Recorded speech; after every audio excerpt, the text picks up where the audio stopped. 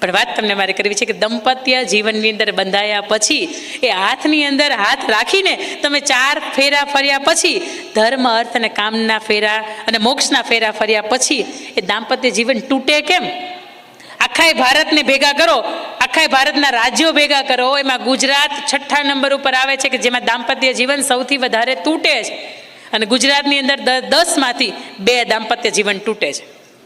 પણ છતાંય મને એમ થાય કે જ્યારે લગ્નના ફેરા ફરતા હોય ને ત્યારે હાથમાં હાથ રાખીને ફરતા હોય ને ત્યારે તમને એવો વિચાર આવે કે કેમ થાય, આપણે બીજા બધાને તૂટે છે તો આપણે રહે કે તૂટી જાય? ત્યારે તો હોશ હોય, ત્યારે એક આનંદ હોય, ત્યારે એક નવા પાત્રની સાથે નવું નવું હોય ને હવને ગમે. પણ મેં તમને કીધું એમ કે 6-8 મહિના વર્ષ દિવસ થાય ને એટલે એક ભૂત ઉતરી જાય.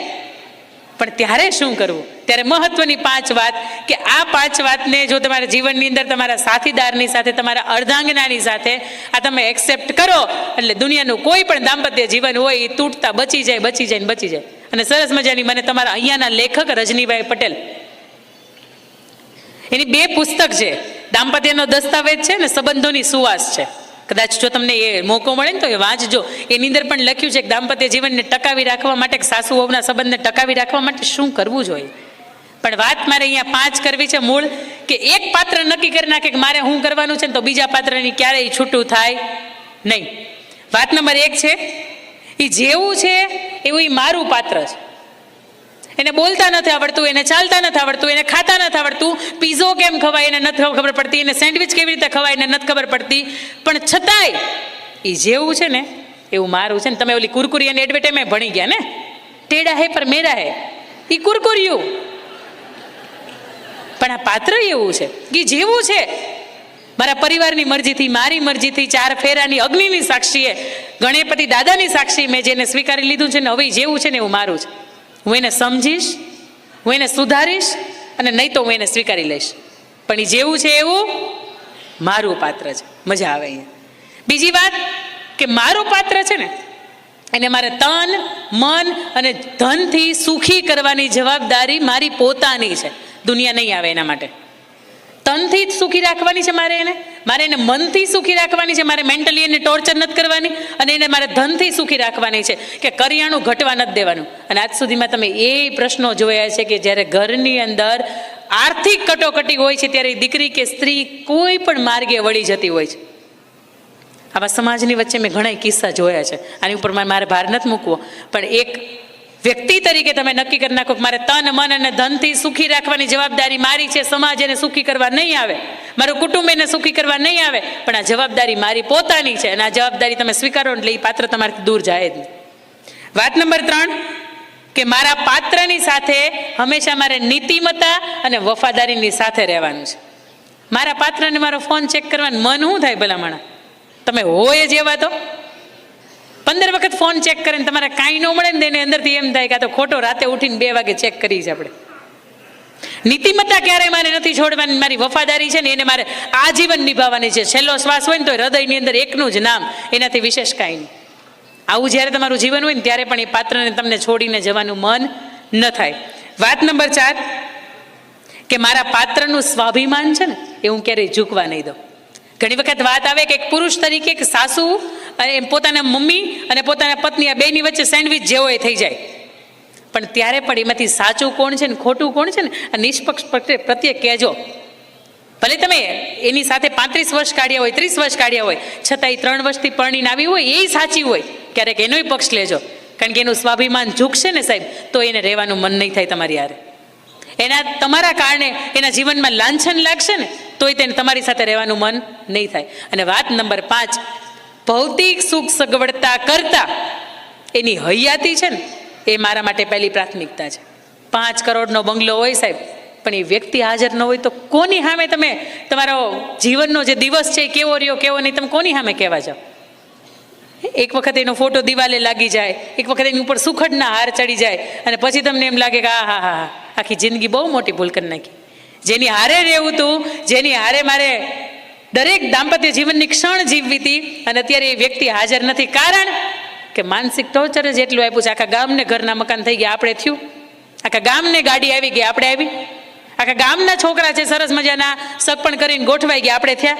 પણ આ મેન્ટલી ટોર્ચર કદાચ એ વ્યક્તિના મૃત્યુનું કારણ પણ બની શકે છે. જેઠાણીને તો 15 તોલાનો હાર હતો, મને આવ્યો. આ મેન્ટલી ટોર્ચર ન આપો. એ 25 તારીખ પછી ગોતે છે કે હપ્તા ક્યાંથી ભરશું. બોલો ખોટી વાત છે મારી? 25 તારીખ આવે ને, 1 વર્ષ પૂરું નથી, 1 મહિનો પૂરો ન થાય એટલે તરત જ વિચાર આવે કે હપ્તા ક્યાંથી લાવશું. અને ઘરે આવે ને તો તમે એમ કહો કે ઓલું ક્યાંથી, આ ક્યાંથી, ફલાણું ક્યાંથી. પણ મને એમ થાય કે ઘરનો બહારનો થાક્યો હોય ને, નોકરીનો, ધંધાનો, સમાજથી થાક્યો હોય ને, ઘેરે આવે. ઘરથી થાક્યો હોય ક્યાં જાય? ક્યાંય ન જાય ને. ક્યાંક જાય ને તો આપણને ગમે નહીં. પછી તમે એમ કહો કે મારે તમારા ભાઈને તમે ખાલી વાતો જ કરો. એ પાનના પિચકારી નકરા બેઠા બેઠા પિચકાર જ માર્યા કરે, પાનના ગલ્લે બેઠા બેઠા. રાતના 12 વાગ્યા સુધી ઘરે ના આવે. પણ હુકામે ના આવે? સાંભળવા હાટુથી. એને દિવસની આય હોય ને હૈયાપીઠ તો કેટલી હોય, પણ સાંજે આવે ને હાશકારા માટે આવે છે. એ હાય હોય માટે આવતો નથી. એટલે પુરુષ જ્યારે પણ ઘરે આવે ને ત્યારે એ પણ વાતની પ્રતીતિ રાખજો કે કદાચ તમે ઈચ્છતા હોય ને કે હું જીવનની મોટી સેવા કરે તો શું કરવાની ખબર છે? એ જ્યારે સાંજે 7-8 વાગે ઓલું ટિફિનનું ડબલું ફેરવતો એ સાંજે જ્યારે ઘરે આવે ને, થાકીને જ્યારે હાથ પગ ધોઈને બેસે ને, ત્યારે એક સરસ મજાનો પાણીનો ગ્લાસ ભરીને દેવાનો. આ સ્ત્રીના જીવનની ઉત્તમમાં ઉત્તમ કોઈ સેવા હોય ને તો આ સેવા છે. પછી આપણે એવું કહીએ કે બેનની યાર આ તકલીફ થઈ હતી, સાસુની યાર આ તકલીફ થઈ હતી, જેઠાણી બાની યાર આ તકલીફ થઈ હતી, પણ ત્યાં નથી ભેગું થતું. અને પછી એ પુરુષને એમ થાય કે આની કરતાં 12 વાગ્યા સુધી ઘરે નથી જવું, આ બધા હુઈ જાય ને તઈ જવું છે, ને સવારમાં બધા ઉઠે નહીં પહેલાં ભાગી જવું છે. અને પછી તમને એમ થાય કે સમય નથી આપતા, ન આપે. પણ વાત તમને મારે અહીંયા બીજી મેં તમને વાત, પહેલી મેં વાત કરી કે જ્યારે સગપણની અંદર કઈ કઈ બાબતો છે એ ધ્યાનમાં લેવી જોઈએ. ઘણા કાનજી દાદા જેવા હોય કે વાલા તારે આ નથી ને, વાલા તારે ઓલું નથી ને. પણ અહીંયા એવું કોઈ કાનજી દાદાનું ઠેકાણું નથી કે જ્યાં તમે તમારી રજૂઆત કરી શકો. અહીંયા તમે જે છો એ સગપણ સંમેલનના માધ્યમથી કરી શકો. વાત નંબર 2 મેં તમને કરી કે કોઈ દીકરો કે દીકરીનું જોણ બાબત થાય છે તો કયા કયા સવાલો એને પૂછવા જોઈએ. આ ગૂગલનો સબ્જેક્ટ નથી. તમે ગૂગલમાં સર્ચ કરો ને કે મારી દીકરીને કાલે સગપણ માટે જોવા જવાની છે, એ આવીને તમે પૂછો. અને કઈ કઈ બાબતો પૂછવી જોઈએ એ એમ કહે છે કે તારા આ મારા સિલેબસ બહારની વાત છે, મને નથી ખબર, મારે લગ્ન નથી થયા. ગૂગલના લગ્ન થયા ગૂગલબાઈની યારે? નહીં, એને નથી ખબર. પણ આપણા અંગત સવાલો એવા છે કે જેને તમે જિંદગીભર જીવી શકો એ વાત. અને વાત નંબર અહીંયા મારે તમને 3 કરવી છે. ત્યારે તમે સાંભળ્યું હશે કે કોઈ કુંવારા જુદા થયા. મેં તમને શરૂઆતમાં વાત કરી, કુંવારા જુદા ન થાય. એ તો ઓકણા પોખણા થાય, કેટલી નજર ઉતારાય, એક પાત્ર ઘરની અંદર આવે અને એ પાત્રની આપણી વિચાર શ્રેણી ભેગી ન થાય એટલે એ જુદાપણું થાય.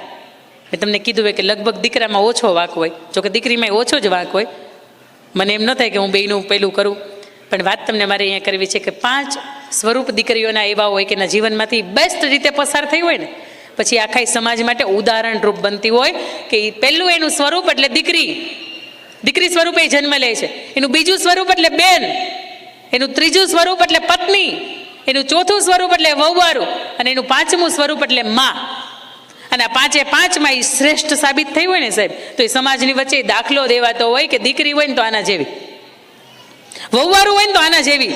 એ પત્ની કદાચ શ્રેષ્ઠ ન હોય પણ વહુવારું ઘરની અંદર સર્વશ્રેષ્ઠ હોય.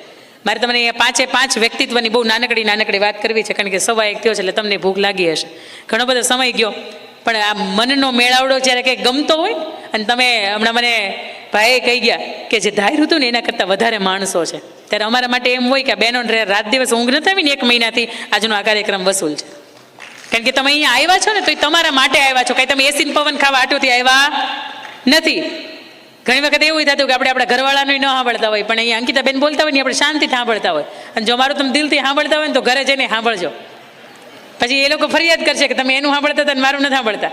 પણ વાત તમને મારે અહીંયા એ કરવી છે કે 5 સ્વરૂપમાંથી એ દીકરી શ્રેષ્ઠ રીતે પસાર થઈ હોય ને તો એનું સંતાન હોય ને એ ક્યારેય નબળું ન હોય. અને એ જે સ્ત્રી હોય ને એ સર્વશ્રેષ્ઠ ગામની અંદર કે સમાજની અંદર દાખલા સ્વરૂપે પ્રસાર થતી હોય. સૌથી પહેલી મારે તમને વાત કરવી છે, હું તમારી વચ્ચે આવું થોડીક વાર.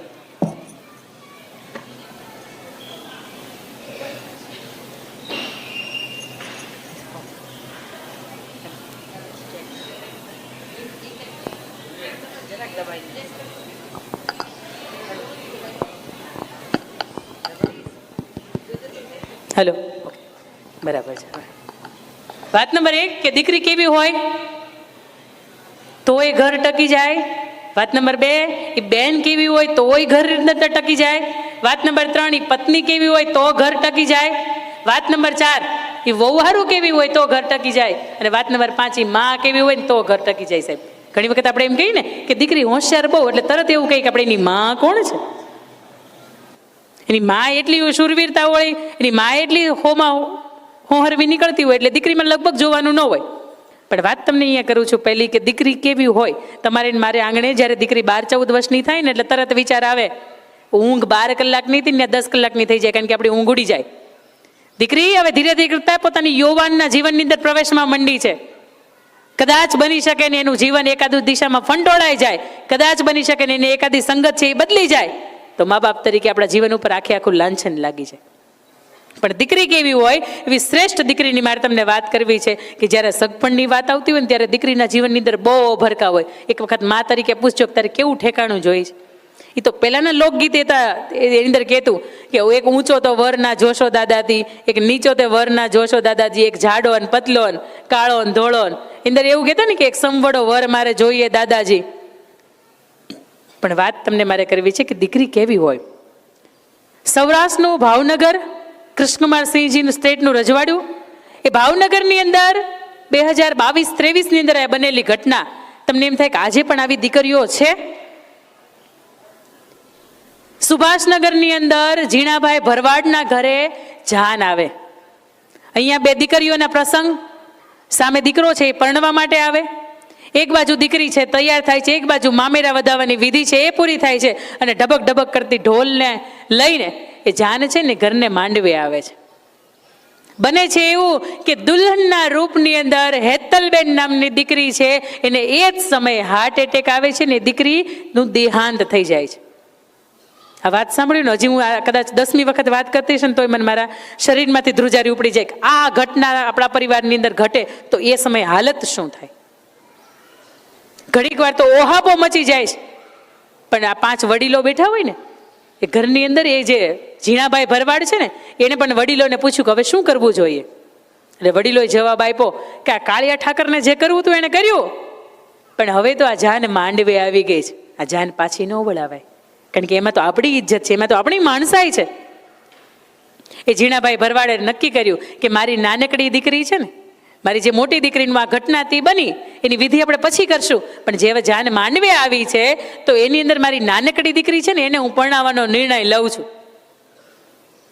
નાનકડી દીકરીને એની બેનપણીઓ પૂછે, તું કે તો ખરા કે તને ઠેકાણું ગમે છે કે નહીં, તું કે તો ખરા કે તને પાત્ર ગમે છે કે નહીં, તું કે તો ખરા કે તારું ભણતર વધારે છે એનું ભણતર ઓછું છે, તારું ઠેકાણું તેની તને બનશે કે નહીં, તને ઘર પરિવારની અંદર ફાવશે કે નહીં, તું કે તો ખરા, તારી હા કે ના તો કે. પણ સાંભળજો, આ દેશની આદર્શ દીકરી કોને કહેવાય. એ દીકરીએ તરત વાત કરી કે મારા બાપાએ નક્કી કર્યું છે ને કે હું એ જગ્યાએ લગ્ન કરીશ. મારા બાપાએ તો ખાલી જીવન માંગ્યું છે, મારા પ્રાણ પણ માંગી લીધા હોત ને તો હું આપી દેત, હું આ ભારત વર્ષની દીકરી છું. સાહેબ, આ સગપણ સંમેલનનો મુખ્ય ઉદ્દેશ છે કે તમારા સગપણ કરવા માટે તમે 12-15 વર્ષના થયા ને ત્યારથી મા બાપના જીવનમાંથી ઊંઘ ઉડી ગઈ હતી. એ ઊંઘ હવે ત્યારે આવે કે જ્યારે તમે મંજિલ એને મળે. જ્યારે તમે નાના નાના હતા ને હિંચકામાં હાલરડા ગાતા હતા ને ત્યારથી એને તમારા સ્વપ્ન જોયા હતા. અને દીકરીના બાપ તરીકે એક જ એને ઉદ્દેશ હોય કે મારા દીકરીનું હું કન્યાદાન કરું. ઈશ્વરે કાંઈ પણ ન આપ્યો હોય ને એને છતાંય તે કન્યાદાન કરે ને ત્યારે આ જગતના મંચ ઉપર એ દાનવીર તરીકે ઓળખાતો હોય. આ કન્યાદાની કરે ને બસ આટલું એનો જે હક છે ને એ રહેવા દેજો. આદર્શ દીકરી કેવી, આવી દીકરી હોય ને એટલે ઘર જુદા ન થાય. સાહેબ, એમાં એગ્રી? હા કે ના? આવી આદર્શ દીકરી બનીને જાજો. ઠેકાણે જાઓ ને આવી આદર્શ બનજો કે મારા પરિવારે મારી પાસે પ્રાણ તો નથી માંગ્યા ને, અને પ્રાણે માગી દઉં તો હું આપી દઉં, કારણ કે મારો પરિવાર છે, જે લોહીનું નહીં ને કોઈનું નહીં.